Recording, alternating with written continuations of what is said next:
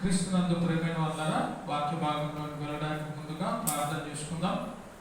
ప్రార్థన అనంతరము వాక్య భాగంలోకి పోదాం. వాక్యం అయిపోయిన తర్వాత మన మధ్యలో ఉన్నటువంటి యవనుడు రవి ప్రార్థన చేస్తాడు. ప్రార్థన చేసుకుందాం. మొదటగా, మహోన్నతుడ, జీవం కలిగిన మా గొప్ప తండ్రి, మీ శ్రేష్టమైన ఘనమైన నామానికి వందనాలు, స్తుతులు, స్తోత్రం చెల్లిస్తున్నాం నాయన. ఈ యొక్క దినమున మేమందరం కూడా మీ సన్నిధిలో చేరి మిమ్మల్ని స్తుతించేటువంటి ధన్యతను ఇచ్చినందుకే వందనాలు చెల్లిస్తున్నాం. మా బ్రతుకు దినములన్నీ కూడా మిమ్మల్ని వెంబడించి మీ వాక్యమును అనుసరించి బ్రతుకున్నట్టుగా సహాయము దయచేయమని యేసుక్రీస్తు నామమున అడిగి ప్రార్థించి వేడుకొంచున్నాము మా తండ్రి, ఆమేన్. క్రీస్తునందు ప్రియమైన వాళ్ళరా, ఈ లోకంలో మనం పడుచున్నటువంటి ప్రయాస చాలా గొప్పది. ఒక్కొక్క వ్యక్తి ఒక్కొక్క రకంగా బ్రతకడానికి ఈ లోకంలో చాలా శ్రమ పడుతూ ఉంటారు. ఆ శ్రమ చాలా గొప్పది. బ్రతుకు తెరువు కోసము ఎన్నో బహు కష్టాలను మనం అనుభవిస్తాం. ఇక్కడ దేవుని మాటలో కూడా ఒక రాజుగా ఉన్నటువంటి వ్యక్తి తన జీవితంలో ఎన్నో అనుభవించి లోకమంతా కూడా చూసి ఆయన చెప్తున్న మాట చూడండి.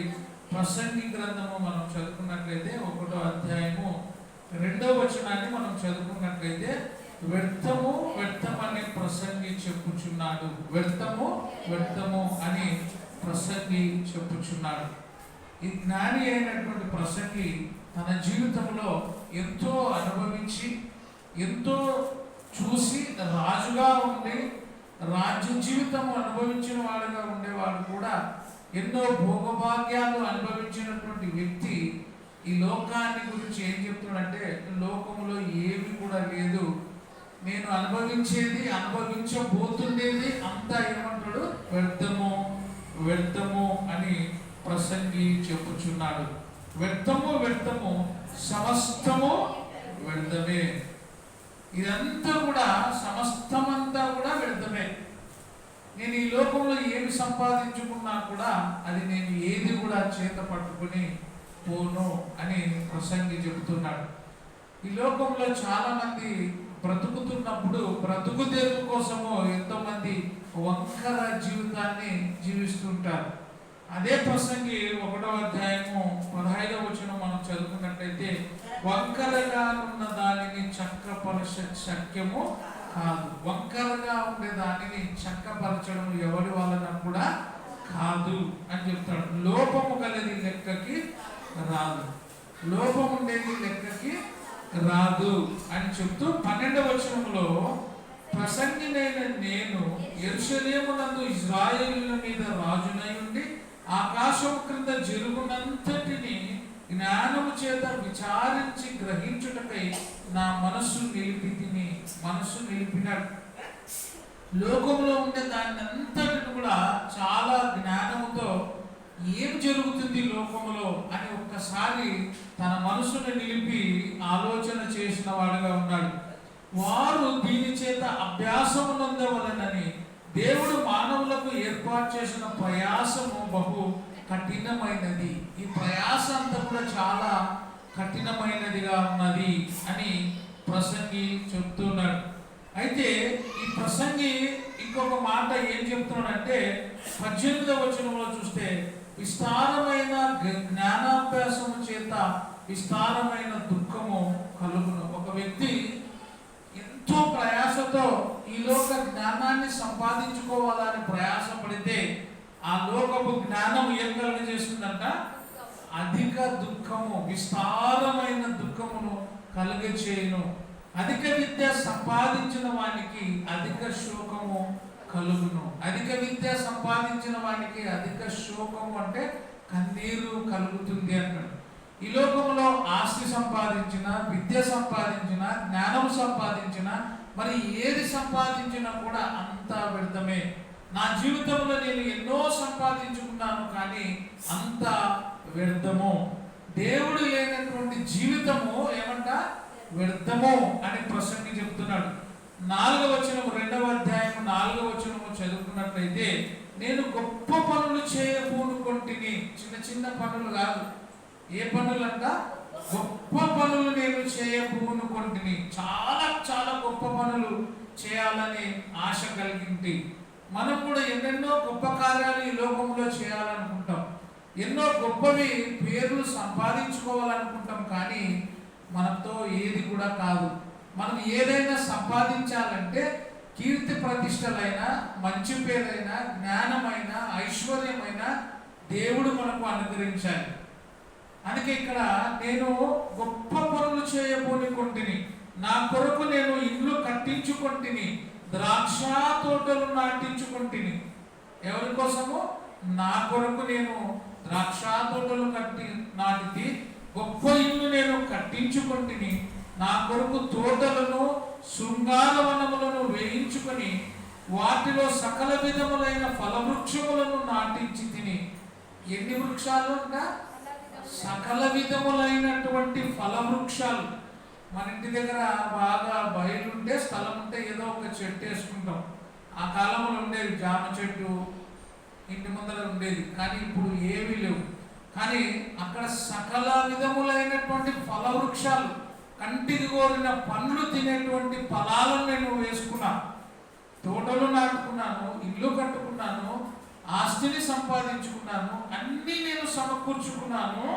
అయితే ఫలవృక్షములను నాటించి తిని, వృక్షముల నారుమల్లకు నీరు పారుటని నేను చెరువును త్రవ్వించుకుంటుని. ప్రత్యేకంగా ఆ యొక్క పంటలు పండడానికి ఏమి నాటుకున్నా, ఏం చేసుకున్నాడు? చెరువు. ఒక చెరువే మళ్ళించుకున్నాడు ఆ పంటలన్నీ కూడా బాగా రావడానికి. మనం చిన్న చిన్న కాలువలు పెడతాం, ఒక బావి నుంచి ఒక కాలువనో ఒక పైపో పెట్టుకుంటాం. కానీ నేను ఏం చేసినాడు? ఒక చెరువును త్రవ్వించుకున్నాడు. ఎంతో ప్రయాసపడుతున్నాడు తన కోసం, ఏదేదో చేయాలనుకుంటున్నాడు, ఏదో సంపాదించాలనుకుంటున్నాడు. కానీ తన జీవితంలో ఏమంటాడంటే, వ్యర్థము వ్యర్థము, సమస్తము వ్యర్థమే. భూమి కింద నేను పడిన ప్రయాసంతా కూడా అదంతా వ్యర్థమే. చెరువులను త్రవ్వించుకుంటుని, పనివారిని, పనికత్తెలను సంపాదించుకుంటుని. నా ఇంట పుట్టిన దాసులు నాకుండిరి. యెరూషలేమునందు నాకు ముందుండిన వారికి అందరికంటే ఎక్కువగా పశువుల మందలను, గొర్రె మేక మందలను బహువిస్తారముగా సంపాదించుకుంటుని. బహువిస్తారముగా నేను సంపాదించుకుంటుని. ఏది సంపాదించుకున్నా కూడా దేవుడు లేకుండా నేనేం కూడా చేయలేను అంటాడు. 2వ అధ్యాయంలోనే 25వ వచనము చదువుకున్నట్లయితే, ఆయన సెలవు లేక భోజనము చేసి సంతోషించుట ఎవరికి సాధ్యం? ఒకవేళ నేను పండ్లు నాటినా, చెట్లు నాటినా, వృక్షాలు నాటినా, ఇల్లు కట్టుకున్నా, పొలాలు వేసుకున్నా, ఏది సంపాదించినా ఆయన సెలవు లేకుండా నేనేం కూడా చేయలేను. అందుకే ఒక మనిషి అనుకున్నాడంట, బహుగా విస్తారంగా పంట పండింది. ఆ పంట పండిన తర్వాత ఏమనుకున్నాడంటే, ఇవన్నీ సమకూర్చుటకు నా కొట్లు నేను విప్పి ఇంకా పెద్దవిగా చేసుకుంటాను, నాకు కలిగిన సంపాదన చేత బాగా తిని నేను తృప్తి పడతా అని అనుకుంటున్న సమయంలో దేవుడు అంటున్నాడు, ఓరి వెర్రివాడా, ఈరోజు రాత్రి దేవుడు నీ ప్రాణమును అడిగితే నువ్వు సంపాదించినవి ఎవరి వశం అవుతారో ఒకసారి నువ్వు ఆలోచన చేసుకో అని దేవుడు చెప్తున్నాడు. అదే మాటని ప్రసంగి చెప్తున్నాడు, దేవుని సెలవు లేకుండా భోజనము చేసి సంతోషించుట ఎవరి సాధ్యము? కొన్నిసార్లు మనం బాగా భోజనం చేస్తాం, బాగుందిలే అని తింటాం, కొంచెం ఒక ముద్ద ఎక్కువ తింటే కూడా అరగనప్పుడు ఏమంటది? అది దేవుని చిత్తంలో జీర్ణం కాకపోతే మళ్ళీ తినిన దాన్ని మనం ఏం చేయాలా? కక్కవలసి వస్తుంది. దేవుని సెలవు లేకుండా మనం ఏది కూడా చేయ వీలు కాదు, చేయ సత్యము కాదు. అందుకే భోజనము చేసి సంతోషించుట ఎవరికి సాధ్యము అంటాడు. ఏదైనా దైవ దృష్టికి మంచిగా నుండి వారికి దేవుడు జ్ఞానమును, తెలివిని, ఆనందమును అనుగ్రహించును. దేవ దృష్టికి మంచిగా ఉండే వారికి జ్ఞానము, తెలివి అన్ని కూడా దేవుడు అనుగ్రహించేవాడుగా ఉన్నాడు అని చెప్తున్నాడు. చెప్తూ మరి 20వ వచనం మనం చదువుకున్నట్లయితే 3వ అధ్యాయం 20వ వచనంలో, సమస్తమును ఒక్క స్థలములకే పోవును. ఒకవేళ ఈ లోకంలో నేను కోట్లు సంపాదించుకున్నా, ఐశ్వర్యం సంపాదించుకున్నా, పొలాలు సంపాదించిన, ఇల్లు సంపాదించిన, నా పంట కోసము ఒక నదిని అంటే ఒక వాగుని నేను ఏర్పాటు చేసుకున్నా కూడా, ఒక చెరువును నేను త్రవ్వుకున్నా కూడా, ఎంత గొప్పోడైనా కూడా, ధనమున్నవాడు పేదవాడు అందరూ కూడా ఎక్కడ పోవాలా? ఒకే చోటుకి పోవాల్సిందే. మన్నైనది మన్నైపోవును, ఆత్మదాన్ని దయచేసిన దేవుని దగ్గరికి పోతాడు. డబ్బున్న వానికి ఏమైతే అంటే ఒక స్పెషల్గా స్థలం ఏర్పాటు చేసుకోవచ్చు, కానీ ఆ డబ్బున్న వ్యక్తి కూడా ఎక్కడ పోతాడు? మట్టిలోనికి పోవాల్సిందే, గుంతలోనికి పోవాల్సిందే. డబ్బున్న వారికైనా డబ్బు లేని వారికైనా ఎంత స్థలం ఉంటుంది? ఆ గుంత వరకే అతని స్థలం. అయితే అందరూ ఒకే చోటికి వెళ్ళిపోతారు అంటారు చూడండి. సమస్తమును ఒక్క స్థలమునకే పోవును, సమస్తమును మట్టిలో నుండి పుట్టెను, సమస్తము మట్టికే తిరిగిపోవును. ఎక్కడ పోతుంది? మట్టిలోకే పోతుంది. ఇదంతా నేను చూస్తున్నా, జ్ఞానముతో ఆలోచించినప్పుడు ఇవన్నీ నేను గ్రహిస్తూ ఉన్నాను, ఇవన్నీ నేను చూస్తూ ఉన్నాను. ఈ లోకంలో అంతా కూడా వ్యర్థము వ్యర్థము వ్యర్థము అని చెప్తున్నాడు. ఇంకొక మాట ఏం చెప్తాడు చూడండి. చాలా జ్ఞాని అయిన ప్రసంగి తన జీవితంలో ఎన్నెన్నో అనుభవాల చేత చెబుతూ ఉన్నాడు. 5వ అధ్యాయము 13వ వచనాన్ని మనం చదువుకున్నట్లయితే, సూర్యుని కింద మనస్సునకు ఆయాసకరమైనది ఒకటి జరుగుతా నేను చూచి తిని, అదేమనగా ఆస్తిలో గలవాడు తన ఆస్తిని దాచిపెట్టుకొని తనకు నాశనము తెప్పించుకును, అయితే ఆ ఆస్తి దురదృష్టం వలన నశించిపోవును. అతడు పుత్రులు గలవాడైనను అతని చేతిలో ఏమీ కూడా లేకపోవును. కుమారులు ఉన్న వాళ్ళు అయినా కూడా అతని చేతిలో ఏమీ లేకపోవును. కుమారులున్నా కుమార్తెలున్నా ఆస్తి కొంతసార్లు వాళ్ళకు దక్కదు, అది దురదృష్ట పాలైపోతుంటది. కొంతమందికి దక్కుతుంది, మరి కొంతమందికి దక్కదు.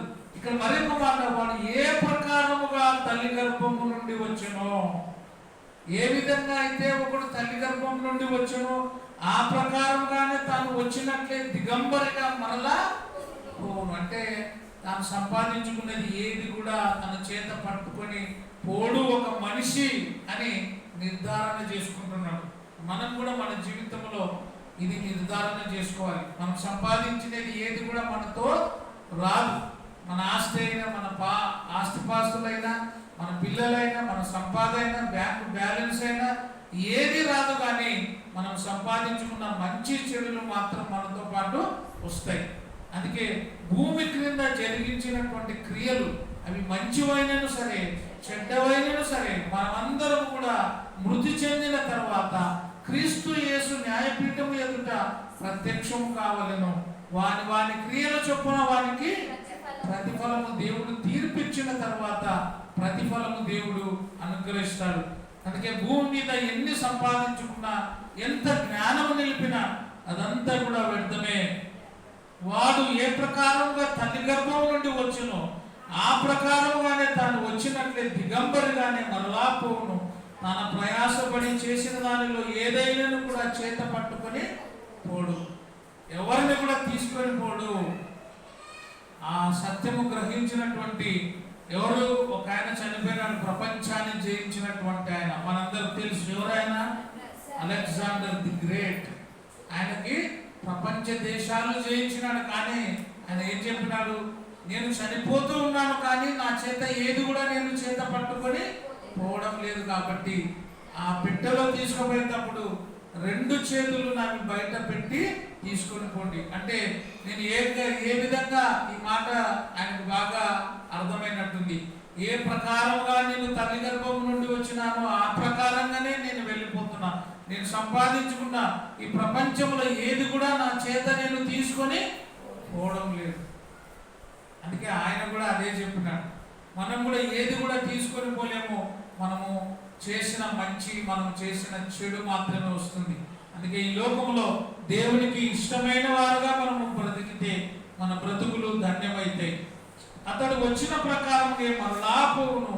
గాలికి ప్రయాసపడి సంపాదించిన వాని వలన వానికి లాభము ఏమన్నా లాభమా అంటే ఏమి కూడా వానికి లాభము లేదు అనే మాటను మనం చూస్తున్నాం. అయితే ఈ లోకంలో ఒకడు ఏ విధంగా చనిపోతున్నాడో చూడండి.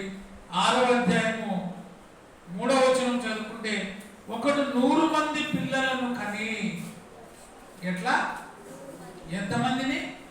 100 మంది పిల్లలను కని దీర్ఘాయుష్మంతుడై చిరకాలము జీవించినను అతడు సుఖానుభవం ఎరుగకయు తగిన రీతిని సమాధి చేయబడని ఎడల వాని గతి కంటే పడిపోయిన పిండం యొక్క గతి మేలని నేను అనుకుంటుని. ఇది అంటే నేను ఎంతమందిని కన్నా కూడా సరైన రీతిలో సమాధి చేయబడకపోతే, సరిగా నేను సమాధిలోనికి వెళ్ళకపోతే, అందరం చనిపోతున్నాం కానీ ప్రభువునందు మృతి పొందిన వాడు ఎవరంట? ధన్యుడు. ప్రభువు లేకుండా మృతి పొంది సమాధి చేయబడితే ఆ సమాధి ఏమంట? వ్యర్థమే. ఒకడు ఎంత సంపాదించుకున్నా క్రీస్తు లేకుండా చనిపోతే ఆ క్రీస్తు లేనటువంటి జీవితము, క్రీస్తు లేక మరణించిన ఆ మరణము ఏమైతుంది? అది అతనికి లాభము కాదు. ఒకడు పేదవాడైనా కూడా, ఏమీ లేకుండా దరిద్రుడైనా కూడా క్రీస్తును కలిగి చనిపోతే అతనికి ఏమైతుంది? అది లాభం. అందుకే ధనవంతుడు తన జీవితంలో ఎన్నో సంపాదించి చనిపోయినాడు, కానీ అతడు ఎక్కడ పోయినాడు? నరకములో, అగ్నిగుండంలో యాతన పడుతున్నాడు. ఏమీ లేనటువంటి దరిద్రుడైన లాజరు చనిపోయినాడు. ఆ మరణం అతనికి గొప్పది. అపోస్తలుడైన పౌలు అన్నాడు, నా మట్టుకైతే బ్రతుకుట క్రీస్తే, చనిపోతే చావైతే అది నాకు లాభం. ఆ మరణము గొప్పది. ఒకడు క్రీస్తు లేకుండా చనిపోతే వాని బ్రతుకు ఎక్కడంటే పడిపోయిన పిండము గతి వలె ఉంది అని మనం చూస్తున్నాం. అయితే దేవుడు ఈ లోకంలో రెండు జతపరిచి ఉన్నాడు. చూడండి 7వ అధ్యాయం 14వ వచనంలో, సుఖమందును సుఖముగా ఉండము, ఆపద్దినమందు యోచించుము, తాను చనిపోయిన తర్వాత జరుగుదానిని నరులు తెలుసుకున్నట్లు దేవుడు సుఖ దుఃఖములను జతపరిచి ఉన్నాడు. సుఖ దుఃఖములను దేవుడు జతపరిచి ఉన్నాడు.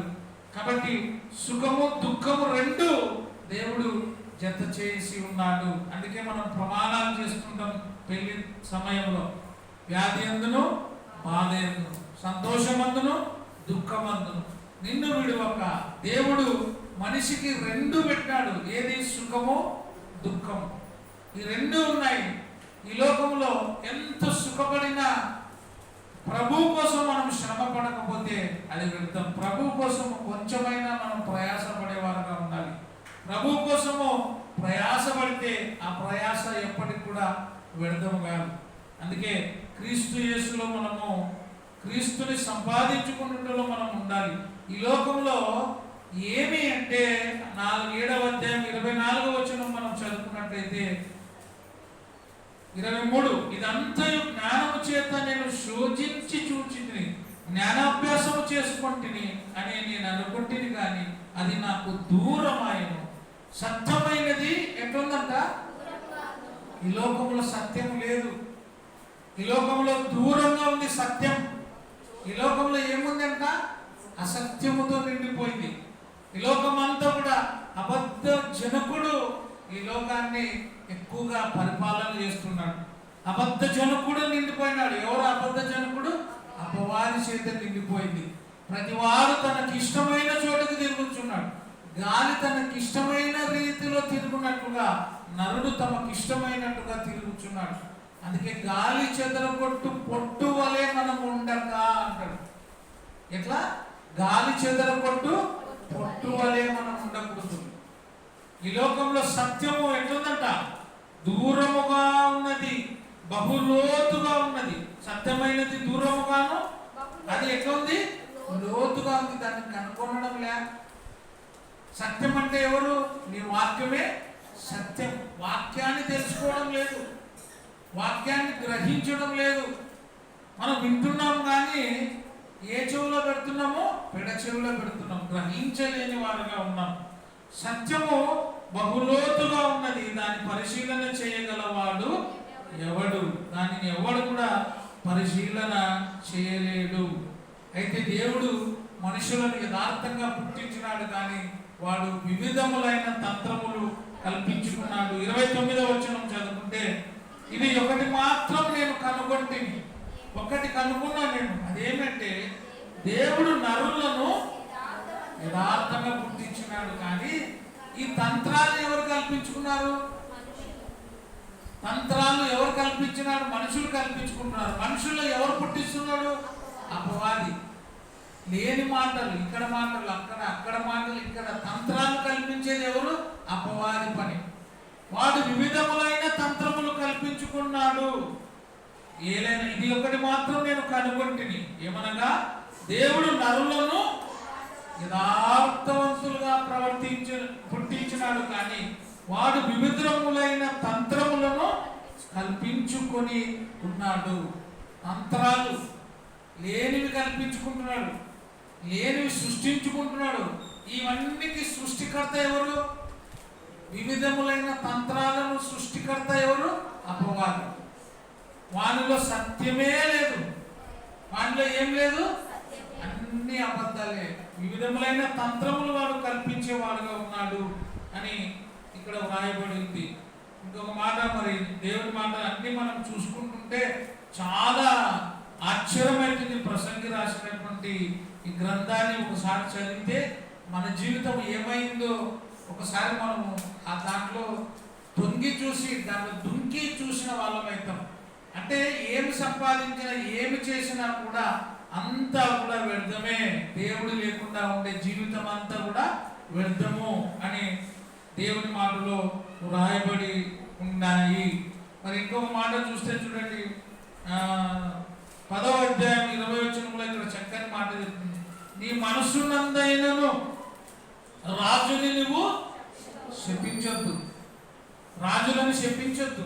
ఒకవేళ శపిస్తే నీ పడక గదిలోనైనను ఐశ్వర్యవంతులను శపించవద్దు. ఏలైనగా ఆకాశ పక్షులు సమాచారము కొనిపోవును, రెక్కలు గలది సంగతి తెలుపును. రాజులను దూషించొద్దు అంటాడు.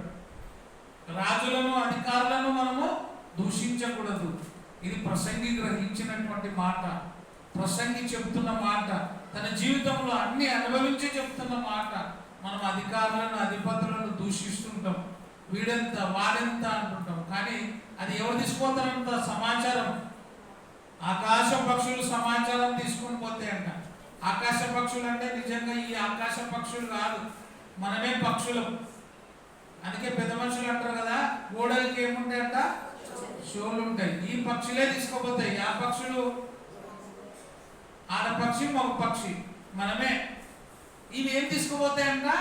సమాచారాన్ని తీసుకొని పోతాయి. అందుకే రాజులను మనము శపించకూడదు అంటాడు. 8వ అధ్యాయము 10వ అధ్యాయం 8వ వచనంలో కూడా చాలా చక్కని మాట చెప్తుంది చూడండి. గొయ్యి త్రోవువాడు, ఎవరి కోసమన్నా మనం గొయ్యి తోవినామనుకో, ఎవరైనా పడిపోవాలని మనం కోరుకుంటున్నాం అనుకో, వాళ్ళకంటే ముందు ఎవరు పడిపోతాం?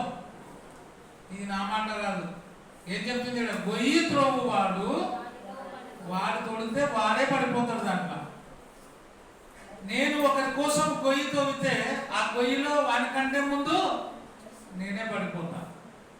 ఇది జ్ఞాని అయిన ప్రసంగి దేవుని మాట చేత ప్రేరేపించబడిన వాడికి రాసినటువంటి మాటలు.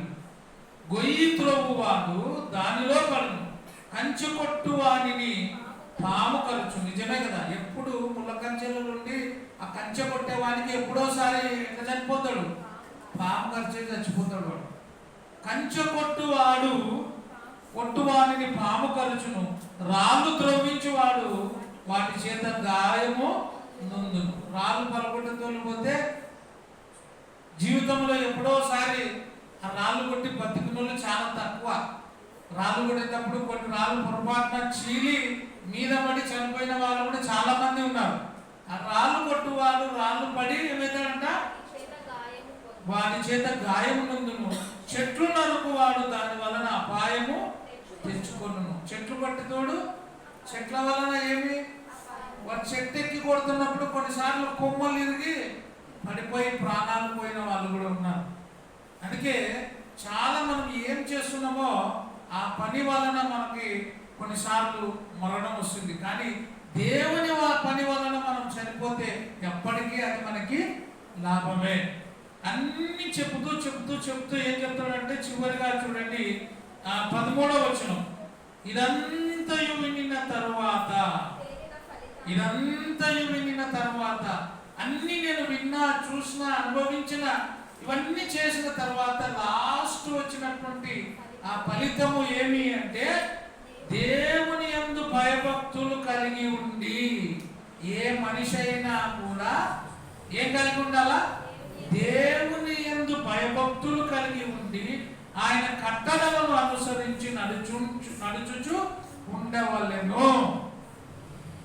దేవుని యందు భయభక్తులు కలిగి ఉండి ఆయన కట్టడలను అనుసరించుచూ ఉండవలెను. మానవ కోటికి ఇదే విధి. ఎవరికి? ఒకరికి, ఇద్దరు కాదు. ఎవరికంట? మానవ కోటికి, అందరికీ, ఈ ప్రపంచంలో ఉండే వారికి అందరికీ ఇది ఒక విధి. ఈ విధి ఏమి? ప్రతి వాడు కూడా దేవుని యందు భయభక్తులు కలిగి ఉండాలి. ఇది మానవ కోటికి విధి. ఆయన భయభక్తులు కలిగి జీవించకపోతే అంతా కూడా వ్యర్థమే. ఏం చెప్తాడు? భూమి ఒక్కటే ఎల్లప్పుడు కూడా నిలబడుతుంది, తరము వెంబడి తరము గతించిపోవచ్చున్నది. భూమి ఒక్కటి ఎల్లప్పుడు కూడా నిలబడుతుంది. తరాలు గతించిపోతున్నాయి. భూమి ఎప్పుడు ఒకేలా ఉంది. ఆ భూగర్భంలో ఎంతమంది కలిసిపోయినారు? ఎవరికైనా లెక్క ఉందా? అప్పటి నుంచి కూడా ఎంతమందిని భూమిలోకి పోయినారు కదా. ఎంతమంది భూమి నుంచి వస్తున్నామో, ఎంతమంది భూమిలోకి పోతున్నామో మనకు తెలుసా? ఎవరు తెలియదు. మట్టి నుండి తీయబడిన మనము మరలా ఏమైపోతున్నాం? మట్టిలో లెక్క లేదు. కోట్ల కోట్ల మంది పోయినారు. కానీ ఉండే ఈ కోట్ల జనాలందరికీ కూడా ఏమి విధి? మానవ కోటికి అందరికీ ఒకే విధి. ప్రతి వారు కూడా దేవుని యందు భయభక్తులు కలిగి నడుచుకోవాలా. ఆయన కట్టడలను, ఆయన విధులను అనుసరించాలా. ఇదే ఈ విధి. ఇది లేకుంటే ఏది కూడా లేదు. ఒకడు ఎంత సంపాదించినా కూడా అంతా వ్యర్థమే. ఎందుకు మనిషి ఇష్టానుసారంగా బ్రతుకుతున్నాడు అంటే ఆ ప్రసంగే 8వ అధ్యాయం 11వ వచనంలో చెప్తున్నాడు, దుష్క్రియలకు తగిన శిక్ష. దేవుడు ఏం చేస్తున్నాడు? మనిషికి తొందరగా శిక్షించడం లేదు. దుష్క్రియలకు తగిన శిక్ష శీఘ్రముగా కలగకపోవట చూచి మనుషులు భయము విడిచి, మనుషులు ఏం విడిచిపెట్టినారు? అప్పుడు పోలీసులు అంటే భయపడుతుంది. పోలీసులు అంటే చాలా భయపడుతుంది. స్టేషన్ పోవాలంటే ఉంటే దడా అంటుండే. ఇప్పుడు ఎవరు పోలీసులను లెక్క చేయడం లే. ఈ సెల్లులో వీడియోలు తర్వాత ఇవి వచ్చినప్పటి నుంచి ఇంకా లెక్క చేయడం. వాళ్ళు మాట్లాడి కూడా భయపడుతున్నారు. దొంగలని సాయంత్రం వరకు పెట్టుకొని రాత్రి 10 అయితే ఇంటికి పంపిస్తున్నారు. అప్పుడు రాత్రి కూడా లోపల ఉంటుండ్రి. రాత్రి ఉంటే అయ్యకి లోపల పొద్దునెక్కల పెళ్ళి అవుతుండే. పొద్దునెక్కల కాలు చేతులు వాసిదంగా కొడుతుంది పోలీసు వాళ్ళు. అందుకే పోలీసు వాళ్ళకి భయపడుతుంది. ఇప్పుడు కొట్టడానికి వీలు లేదు. ఈ కొట్టడం తగ్గించినందుకు, గవర్నమెంట్ శిక్ష తగ్గించినందుకు ప్రభుత్వాన్ని ఏం చేయడం లేదు, జనాలు లెక్క చేయడం లేదు. పోలీసులు అంటే లెక్క చేయాలి. బుద్ధి పుట్టని చెప్పబో, పోలీసు వాళ్ళకి కాకుంటే ఎవరికన్నా చెప్పుకోపో, జడ్జికి చెప్పుకోపో, పోలీసుకి చెప్పుకోపో, ఎవరికన్నా చెప్పుకో. మనుషులు కూడా దేవుని కూడా లెక్క చేయడం లేదు. దేవుని నమ్ముకోరా అంటే ఏమంటున్నాడంటే, మేము ఆయనను సేవించుట వలన మాకేమి లాభము? సర్వశక్తి గలవాడు ఎవడు? చూడండి, యోబు గ్రంథంలో ఉంటుంది ఆ మాట. యోబు గ్రంథము, మేము ఆయనను సేవించుట వలన మాకేమి లాభము? ఆయన ఎందుకు భయభక్తులు కలిగి ఉంటే మాకేమి అంటే చూడండి, 21వ అధ్యాయం యోబు గ్రంథము 14వ వచనం, వారు నీ మార్గమును కూర్చిన జ్ఞానము మాకు అక్కర లేదు. ఈ జ్ఞానే ఏం చెప్తాడంటే, నేను అంత చూస్తాను, లోకములు అంతా వ్యర్థమే. మానవ కోటికి విధి ఏమంటే ప్రతి మనిషి దేవుని యందు భయభక్తులు కలిగి ఉండాలా. ఆయన యొక్క చట్టాన్ని, విధులను గౌరవించాలని ఆయన చెప్తుంటే ఏం చెప్తున్నారు మనుషులు? మేము వారు నీ మార్గమును కూర్చున్న జ్ఞానం మాకు అక్కర్లేదు, నీవు మమ్మల్ని విడిచిపోమని. ఎవరితో? దేవుడు మాకేం అవసరం లేదు, దేవుడు మాకేం లెక్కన. దేవుడు ఎవరు కొట్టకుండా ఆడ దేవుడు కొడతాడో లేదో, దేవుడు ఏం చేస్తాడేమో మనకేం తెలుసు. చాలా మంది ఒకటి ఫిక్స్ అయిపోయింటారు, ఈ లోకంలోనే బాగా ఎంజాయ్ చేయాలా, తినాలా, కానా, పీనా, సోనా. కానా పీనా, తాగాల, తినాలా, ఎంజాయ్ చేయాలా. చచ్చిపోతే ఎవడు ఎంజాయ్ చేస్తాడు? బతికినప్పుడే ఎంజాయ్ చేయాలా అని ఎంజాయ్ చేస్తాడు. దేవుడు మర్చిపోతాడు. కానీ ఇక్కడ ఏమంటాడంటే, నీవు మమ్మల్ని విడిచిపోమని దేవుడితో చెప్పుదురు, మేము ఆయనను సేవించుటకు సర్వశక్తి గలవాడు ఎవడు? సర్వశక్తి గలవాడు ఎవడో తెలియదు. ఆయనకి ఎవరు సర్వశక్తి గలవాడు? నిన్ను నన్ను పుట్టించిన వాడే సర్వశక్తి గలవాడు. భూమి ఆకాశములను కలుగజేసిన వాడు సర్వశక్తిమంతుడు. ఆయననే మనం ఏమంటున్నాం? సర్వశక్తి గలవాడు ఎవడు? మేము ఆయనను కూర్చి ప్రార్థన చేయట చేత మాకేమి లాభము కలుగును అని వారు అందరూ. వారి క్షేమము వారి చేతిలో లేదు. మన క్షేమం మన చేతిలో ఉంటే మేలే. మనకు మనమే దీవించుకుంటే కనుక నీ కాళ్ళు నువ్వు మొక్కితే బాగా బతుకుతావు అంటే కానీ ఎన్నిసార్లు మొక్కుతావో మన కాళ్ళు మనం మొక్కినా బ్రతకము, ఇంకొకరి కాళ్ళు మనం మొక్కినా బ్రతకం. మన క్షేమము మన చేతిలో ఉందా? ఎవరి అలా మన క్షేమం? మనం ఈరోజు కనపడి, ఈ క్షణం కనపడి, మరుక్షణం కనపడని వాళ్ళం. గ్యారంటీ లేదు. ఒక బల్బుకో, ట్యూబ్ లైట్కో, లేకపోతే సెల్కో వారంటీ ఉంటుంది, కానీ మనకు వారంటీ లేదు, గ్యారంటీ లేదు. ఈరోజు ఇక్కడ కూర్చున్న వాళ్ళం వచ్చే సంవత్సరానికి ఈ తారీఖులో ఎవరు ఉంటామో ఎవరికి తెలియదు. అంతలో కనబడి అంతలో మాయమైపోయే ఆవిరి వంటి వాళ్ళం, బుగ్గ లాంటి వాళ్ళం, ఎప్పుడు పగిలిపోతామో తెలియదు. అందుకే వారి క్షేమం వారి చేతుల్లో లేదు, మన క్షేమం మన చేతిలో లేదు. అందుకే ఈ భూలోకంలో ఉండే మానవులందరికీ ఒకటే విధి, వాళ్ళందరూ దేవుని యందు భయభక్తులు కలిగి ఉండాలా, ఆయన విధులను ధర్మములను మనము పాటించాలి.